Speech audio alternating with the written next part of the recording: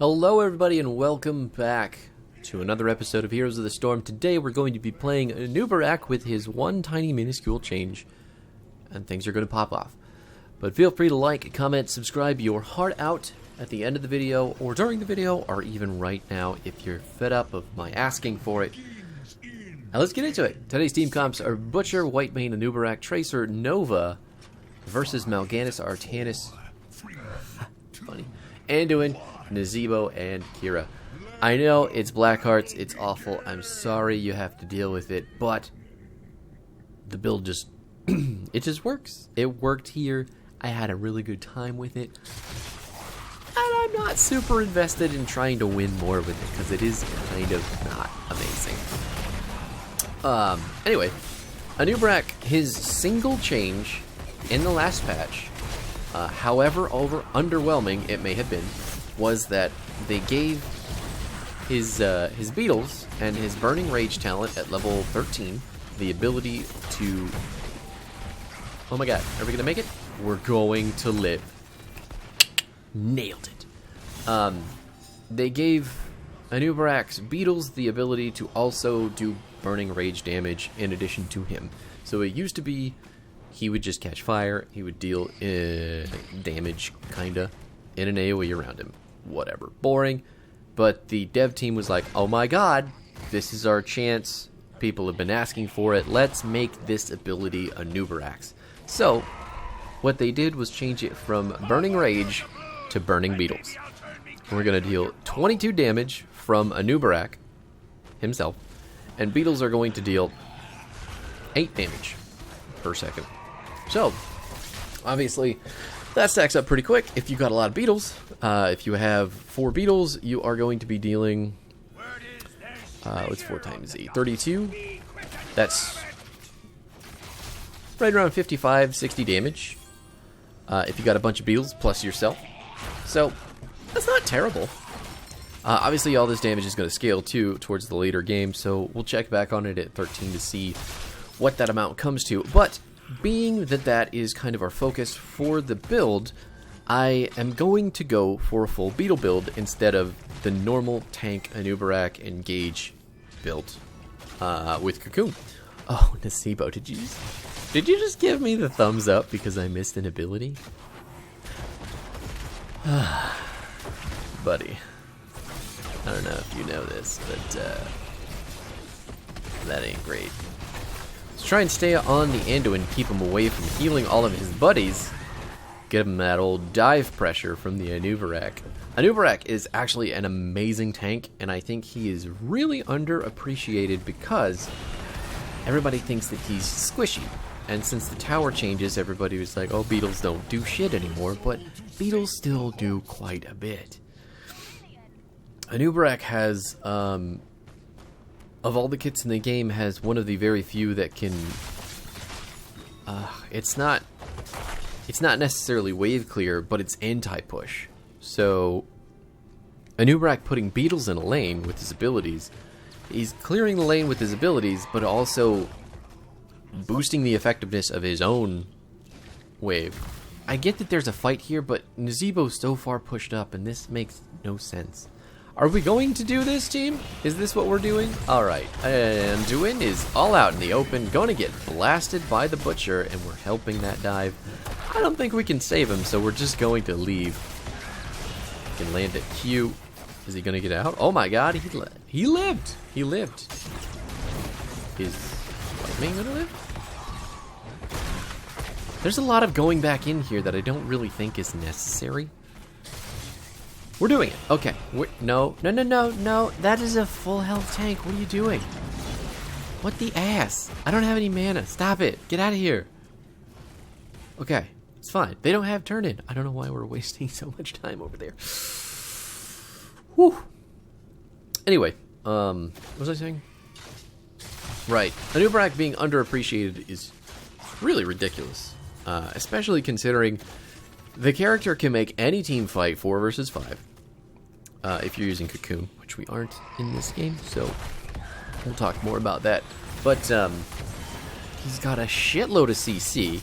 He blocks a shitload of spell damage. Oh my god, we short-dicked it into the wall there. I am not going to die. Pretty impressive. So, when I did that, the indicator... excuse me. The indicator was on the other side of the wall, but he's like, nah, I don't think I can make it. So he just slammed face first into the wall and said, I'm good here. Fucking weird. Fucking weird. Anyway, yeah,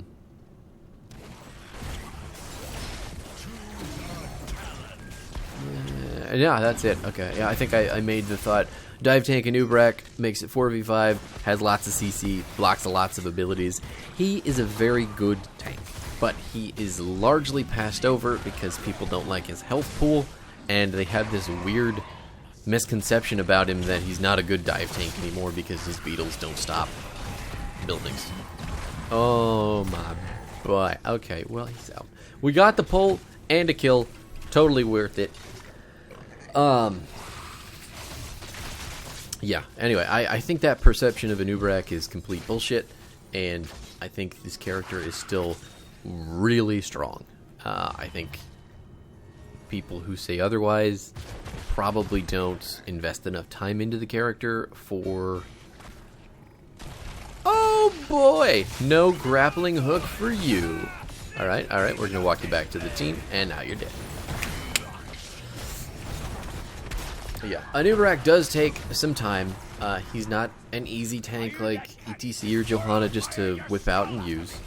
You do have to be mindful of what you're doing with him, so I think that gets a lot of people into hot water, and that leads to even more people thinking that Anub'arak is bad because maybe the Anub'arak player is really bad at Anub'arak.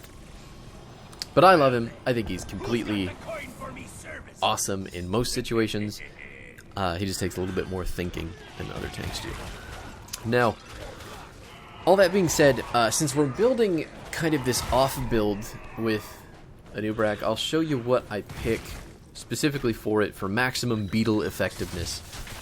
Level 1 is going to be Legion of Beetles. We're going to take Beta Barbs at 4. At 7, we're taking Leeching Scarabs. We're going to take Locust Swarm at 10. We are going to pick up Burning Beetles at 13. Beetle Juiced at 16. And I may possibly give Hive Master a go, but Rewind I think is the best option. In all builds, in everything that you do, Rewind is just so strong on this character. It's insane. Anduin going down, stealing lots of coins from the enemy team because they just don't really seem to know they can't fight with us. And now they're staggering deaths out of their minds as we get our ults. We're going to dive in. We're going to hit her with all the abilities. Don't even have to use our Locust Swarm. So Locust Swarm, if you haven't seen it before, it deals 101 damage per second. Enemies restore 36 health, and it lasts 6 seconds. So there's a big AoE around Anub'arak that's basically going to deal 600 damage if you're on a target for the full duration. It's also going to heal you for a third of that damage for the entire duration, assuming you're on top of heroes while this is all going on. But that being said, it does make Anub'arak incredibly tanky, and it does deal a pretty ridiculous amount of damage. So you can see it right here. Is just the AoE around Anub'arak is nuts. It's large, and we didn't lose any health going in on that Nazebo. It's just the ability is good, but the ability that it competes with, Cocoon, is too good. Cocoon actually does so much for your team that you never have the opportunity to pick Locust Swarm.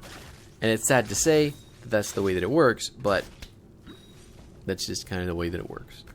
I like the builds. I like the Beetle build. It's fun. It's kind of memey. Locust Swarm is a fun ability just because, you know, you're dealing damage, you're staying alive. It's good. But competitively, you can't pick it. Oh my god, did I just interrupt your dark conversion? Damn, son, it seems like maybe you're having a bad time. That is 5 people down. We should go make something happen on the other side of the map. So as far as the build itself goes, I haven't even played Anub'arak recently, so as far as his abilities are concerned, before we get into the nuance of the build, Impale is going to knock people up, stun them for 1 second after dealing 150 damage. Really easy skill shot, kind of slow traveling, but still, you know, fairly consistent. Hardened Carapace is just a big shield that we're going to get. Pretty short cooldown, but it's going to give us 40 spell armor on top of a shielding amount. Ooh, girl, I'm just going to leave you over there and get over the wall. Oh, that's a big light bomb, though. Is my white mane going to live? We could just rip the Locust Swarm and walk in. Yeah, let's do it. Let's do it. We've got our Beetles going as well. Kira missing her revolving sweep. Not going to be able to make it. And we have got ourselves another huge 4-man kill. Team kill? Team fight? Things happened. 4 people died. It was awesome. Yeah, I mean, so that's Hardened Carapace. It's pretty simple. You get spell armor, you get a shield. It lasts 3 seconds. It's a 7-second cooldown. You can do the math. I'm sure it's easy. Burrow Charge is your E. You're going to just dash towards a point. You are going to stun people. You're going to knock them up at the end of the ability. You can also cancel the ability early if you want to do like a short dash and pop someone up kind of in front of you. And it's also going to slow them. I didn't know that it slowed them. 25% for 2.5 seconds. Doesn't tell us the stun time though. Anyway, Anub'arak is completely unstoppable when he is doing that. Ouch. Oh no. All my health. I'm just going to throw Beetles over there, trying to attack them and get some health back. Tracer recalled to drop that. And I'm dead because I wasn't paying attention. Kudos, Kira. That was fantastic. I think I saw that in slow motion. Just like, there's no way I can die here. I'm out. That's a knife coming up from under the ground, killing my big beetle ass. Anyway, all jokes aside, I should have lived there. I should have lived. I should have sidestepped. Should have been easy to see coming, but I'm bad. Welcome to my channel. And then we talked about Locust Swarm, and our trait is basically anytime that we use an ability, we're going to dump out a beetle. They are going to attack for that much damage, or whatever level we're on, and they attack anything. They'll attack heroes, they'll attack buildings, they'll attack mercs or minions, what have you. They don't prioritize anything. They may chase after the thing that they're already attacking, like the beetles that you see there. But I'm not sure. They used to be specifically for attacking heroes. So there was a point in time where Anub'arak was fucking broken because the beetles would just go so hard on a target, and they would do way more damage than they currently do. So it was kind of like a beetle build only for Anub'arak, and you would crush people. Then that got nerfed into oblivion. So the current iteration of Anub'arak, which is much more fun, I think. It's a lot less like pigeonholed into being OP, which is a trap that I hate for a lot of current characters. Like, oh, you're busted, but you're only busted with this one build, so welcome to boredom. Yeah, but the talents themselves, the reason that we're taking Legion of Beetles at 1 is because the Beetles gaining survivability is fantastic. Keeping them alive longer lets them do more damage longer, which is going to make them heal more later on. And this is just going to passively shoot out a beetle every 12 seconds. You can also turn the ability off, so if you want to, you can dive in, hit the 1 key, turn it back on, instantly get a beetle with all 3 of your other beetles when you do your combo. And then you have 4 on top of Anub'arak, so you've got all that burning damage, and you've got Anub'arak himself. It's really good. It's very, very good for the beetle build itself. At 4, I like Bed of Barbs because slowing people after the stun and doing that damage not only helps your wave clear, but it helps your beetles attack the person more because they're CC'd. And we've already explained why beetles attacking people is good. And then 7, you're going to get Leeching Scarabs. They are going to be doing... Oh, my friend. We got the Light Bomb out of there. But he's still going to die. Not the greatest news. Leeching Scarabs. Beetles gain 30% attack damage and heal Anub'arak for 50% of their damage. It's good. It's a very sustainy talent. Keeps you alive. You don't have to be the most reliant on your healer tank in the universe, which is nice. It feels good. At 10, you could tell Locust Swarm. It's fun. It goes with the Beetles. It matches the theme. You're welcome. Burning Beetles at 13. There you have it. Beetle Juiced is going to make it so that every auto attack, or every third auto attack that we get against a hero, is going to poop out another Beetle. So, you dive in, there's one Beetle. You hit your shield, there's another Beetle. You hit your Q, there's a third Beetle. If you've got your passive up, there's a fourth Beetle. If you have auto-attacked them 3 times in the span of that combo, you have a 5th Beetle. Ta-da! You're a tank. If you go in on one person with all of that, plus rewind, you have 1 trillion Beetles. And they're all doing ridiculous amounts of damage and healing you and burning. And that guy's dead, probably. Maybe not dead, but really close to dead. Not having a fun time. You know, you see how that goes. I think it's a cool build. I don't know how viable it is in a competitive scenario. There are better builds for Anub'arak, but I wouldn't discount this one. But anyway, thanks for hanging out. I will be back tomorrow for the final video of the week. I still haven't really decided who that's going to be, but we'll figure it out. I won't stop teasing you at the end of these videos to see who it is. Check you tomorrow.